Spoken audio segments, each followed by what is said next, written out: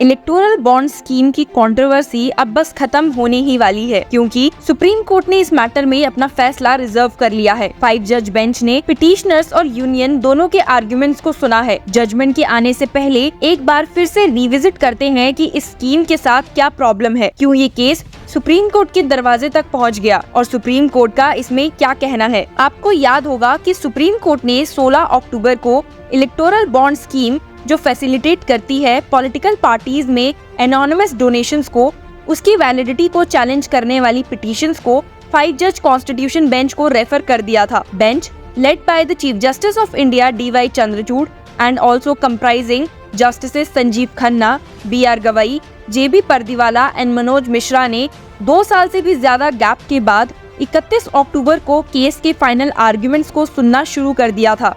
इस केस में last effective hearing मार्च 2021 में हुई थी। क्या आप जानते हैं कि ये केस सुप्रीम कोर्ट में 8 सालों से पेंडिंग है और उम्मीद है कि इसका आउटकम अगले साल होने वाले लोकसभा इलेक्शंस में देखने को मिलेगा। मैटर को क्यों लार्जर बेंच को रेफर करना चाहिए, इसकी जरूरत को अंडरस्कोर करने के लिए chief justice of India observe in view of the importance of the issue which is raised and having due regard to the provisions of Article 145 Clause 3 of the Constitution, we are of the considered view that the batch of petitions be listed before a bench of at least 5 judges. Article 145 Clause 3 कहता है कि जो cases substantial question of law relating to the interpretation of the Constitution से deal करते हैं, उन्हें at least 5 जज bench के थ्रू सुना जाना चाहिए। हमारा क्वेश्चन आपसे ये है कि क्या आप इलेक्टोरल बॉन्ड स्कीम की लीगैलिटी के बारे में जानते हैं? इलेक्टोरल बॉन्ड्स सबसे पहले former finance minister Arun Jaitley ने 2017 बजट सेशन में इंट्रोड्यूस किए थे। इट वाज फ्रेम्ड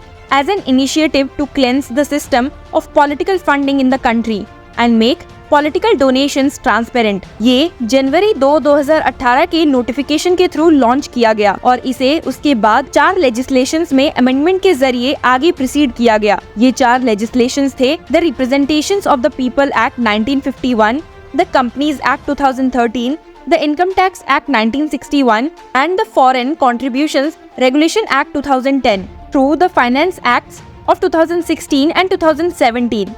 इस स्कीम के इंट्रोडक्शन से पहले पॉलिटिकल पार्टीज को 20,000 से ऊपर सारे डोनेशन को पब्लिक करना रिक्वायर्ड था और किसी भी कॉर्पोरेट कंपनी को अलाउड नहीं था कि वो अपने टोटल रेवेन्यू से 10% से ज्यादा का अमाउंट डोनेट करे।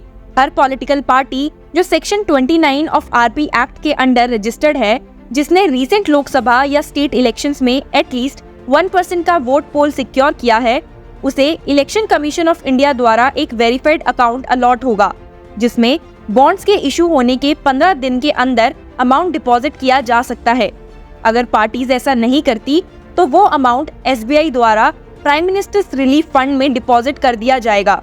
अब एसोसिएशन ऑफ डेमोक्रेटिक रिफॉर्म्स के एनालिसिस के according between 2016-17 and 2021-2022 the 7 nationals and 24 regional parties in the country received a total donation of amount rupees 9,188.35 crore from electoral bonds, out of which the BJP share was rupees 5,271.9751 crore, while all other national parties together amassed rupees 1,783.9331 crore.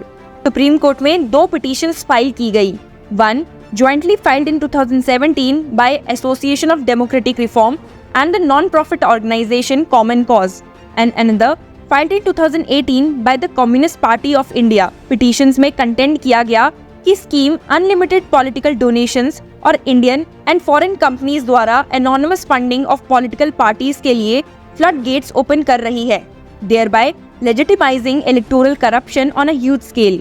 साथ ही scheme की anonymity citizens के right to know को भी violet करती है, जिसे supreme court ने prior judgements में हेल्ड किया है कि वो freedom of speech and expression under article 19(1)(a) of the constitution का फेसिट है। इसके अलावा पिटीशंस में कंपनीज एक्ट 2013, RP एक्ट में किए गए अमेंडमेंट्स को भी चैलेंज किया गया है। It was alleged that all the amendments to key statutes to ensure the scheme's implementation were done through the passage of the Finance Acts of 2016 and 2017 as money bills under Article 110 of the Constitution, which the Rajya Sabha has no power to reject or amend. This was allegedly to circumvent the scrutiny of the Rajya Sabha, where the ruling Bharatiya Janata Party does not enjoy a majority. इस scheme का एक और पहलू election Commission of India से जुड़ा है।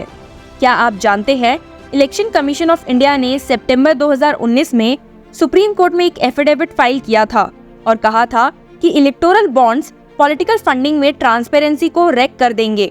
साथ ही ये फॉरेन कॉर्पोरेट पावर्स को इनवाइट करेंगे to impact Indian politics. Affidavit में ये भी बताया गया कि जो अमेंडमेंट्स की लेजिस्लेचर्स में लाए गए हैं वो एक पॉसिबिलिटी बनाते हैं कि शेल कंपनीज सेटअप हो जिनका सोल पर्पस पॉलिटिकल पार्टीज में डोनेशन देने का होगा। It also pointed out that the amendments virtually made the ECI guidelines of August 29, 2014 redundant. These require political parties to file reports on contributions received, audited annual accounts and the election expenditure statements. Election Commission ने supreme court को बताया था कि उन्होंने ministry of law and justice को इन amendments के against 2017 में caution किया था। सिर्फ इलेक्शन कमीशन ही नहीं, रिजर्व बैंक ऑफ इंडिया ने भी अपने ऑब्जेक्शन इस स्कीम के अगेंस्ट रेज किए थे। एसोसिएशन ऑफ डेमोक्रेटिक रिफॉर्म की फाइल्ड पिटीशन ने नोट किया कि Reserve Bank of India had repeatedly warned its potential to increase black money circulation, money laundering, cross border counterfeiting and fraudery. Electoral bonds को opaque financial instruments term करते हुए RBI ने point out किया है कि जैसे कि bonds number of times transfer किए जा सकते हैं, उनकी इनहेरेंट एनोनिमिटी मनी लॉन्ड्रिंग के लिए एक्सप्लॉइट हो सकती है।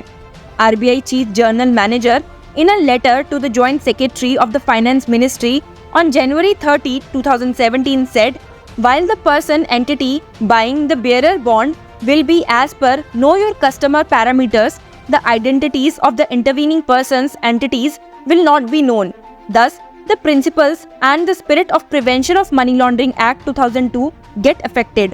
आरबीआई ने ये भी ऐड किया कि अगर सरकार चाहती है कि political funding farmer banking channel के थ्रू की जाए ताकि ब्लैक मनी फ्लश आउट हो, तो वो सेम चीज a normal cheque, demand draft और एनी इलेक्ट्रॉनिक और डिजिटल मोड ऑफ पेमेंट के थ्रू भी हो सकता है।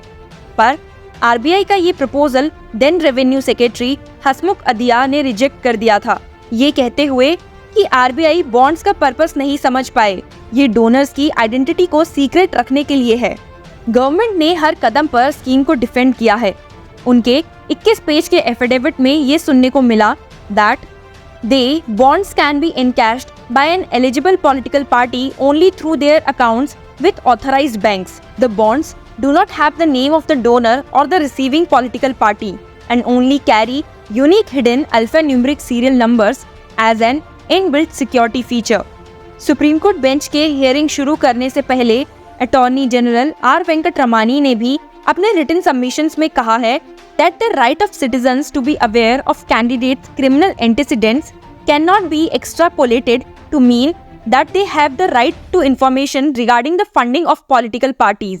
Judicial review पर ऑब्जेक्शन जताते हुए उन्होंने कहा, The court cannot be permitted to scan state policies for the purpose of suggesting better or different prescriptions.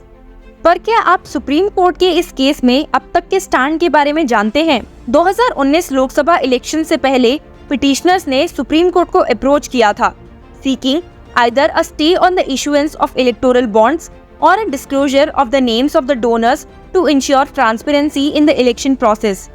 अप्रैल 12, 2019 को केस में इंटरिम ऑर्डर पास करते हुए farmer chief justice of India Ranjan Gogoi के बेंच ने स्कीम के ऑपरेशन को स्टे करने से मना कर दिया था, ये कहते हुए कि ये एक वेटी इशू है जिसका कंट्री के इलेक्टोरल प्रोसेस की सैंसिटी पर ट्रिमेंडस बेयरिंग है and thus required an in-depth hearing. Court ने सभी पॉलिटिकल पार्टीज को फुल इंफॉर्मेशन प्रोवाइड करने के लिए डायरेक्ट किया on each and every political donor and contributions made so far through electoral bonds to the Election Commission of India in a sealed cover. मार्च 2021 में फिर से पिटिशनर्स ने वेस्ट बंगाल, केरला, तमिलनाडु, असम एंड पुडुचेरी स्टेट्स के आने वाले असेंबली इलेक्शंस में fresh sale of electoral bonds को स्टे करने के लिए सॉर्ट किया, पर former chief justice of India SA. Bobde की बेंच ने ये प्ली डिक्लाइन कर दी, saying that the sale of bonds in 2018, 2019 and 2020 had happened without any impediment and the certain safeguards have already been provided in the court's earlier interim order. पर इस साल जनवरी में chief justice of India DY Chandrachud के bench ने इन batch of petitions को 3 sets में divide किया है. First, the challenge to the scheme. Second, bringing political parties within the ambit of the right to information. And third, the challenge to the amendments in the foreign contribution regulation act. और decide किया है कि वो इन्हें separately सुनेंगे. उससे भी recent में एक और चीज हुई है. मार्च में पिटिशनर्स ने मैटर को कॉन्स्टिट्यूशन बेंच को रेफर करने की रिक्वेस्ट ये कहते हुए की थी कि इसे अथॉरिटेटिव प्रोनाउंसमेंट की जरूरत है, owing to its impact on the democratic polity and funding of political parties.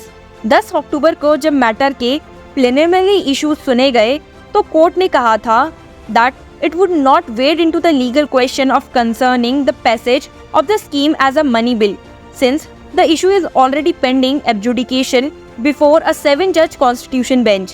बल्कि final arguments 2 issues पर based होंगे. First, the legalization of anonymous donations to political parties, and second, the violation of citizens' right to information about the funding of political parties. जिसपे advocate Prashant Bhushan ने bench से request की थी कि वो matter को लोकसभा इलेक्शन से पहले डिसाइड कर ले. तो जैसा कि आप जान चुके हैं कि सुप्रीम कोर्ट बेंच केस में वर्डिक्ट रिजर्व कर चुका है. But in whose favour the case will be, to know about it keep following law chakra.